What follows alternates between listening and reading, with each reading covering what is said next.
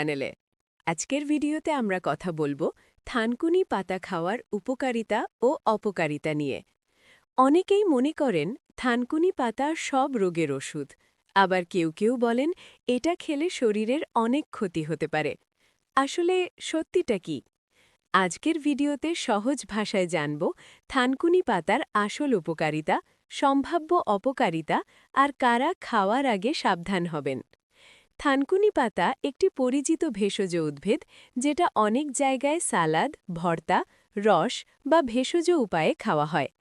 এটি ট্রেডিশনাল মেডিসিনে বহুদিন ধরে ব্যবহার হলেও আধুনিক গবেষণায় এর সব উপকারিতা এখনও পুরোপুরি প্রমাণিত হয়নি।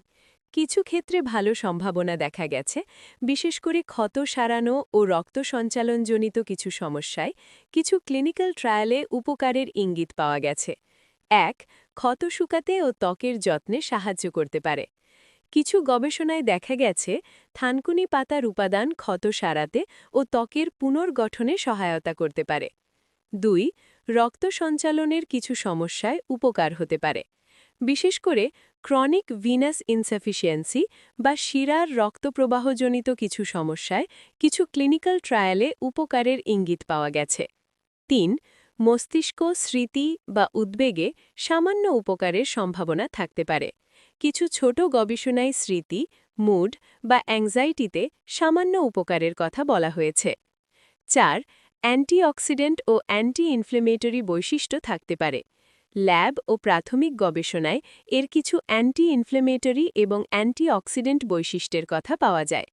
এবার আসি গুরুত্বপূর্ণ অংশে, অপকারিতা। প্রাকৃতিক হলেই যে শতভাগ নিরাপদ এমন না। সম্ভাব্য পার্শ্বপ্রতিক্রিয়া হতে পারে মাথা ঘোরা, বমি বমি ভাব, পেট ফাঁপা বা পেটের অস্বস্তি, ডায়রিয়া, মাথা ব্যথা, ত্বকে র্যাশ বা অ্যালার্জি। এগুলোর বেশিরভাগই মৃদু হতে পারে, কিন্তু সবার ক্ষেত্রে একরকম হয় না। তাই আমার পরামর্শ হল ভেষজ মানেই নিরাপদ এই ধারণা থেকে বের হয়ে আসুন। যদি আপনার কোনো রোগ থাকে, ওষুধ চলতে থাকে বা আপনি গর্ভবতী বা দুগ্ধদানকারী হন, তাহলে অবশ্যই ডাক্তারের পরামর্শ নিয়ে সিদ্ধান্ত নিন। ভিডিওটি যদি ভালো লাগে তাহলে লাইক, কমেন্ট আর সাবস্ক্রাইব করতে ভুলবেন না।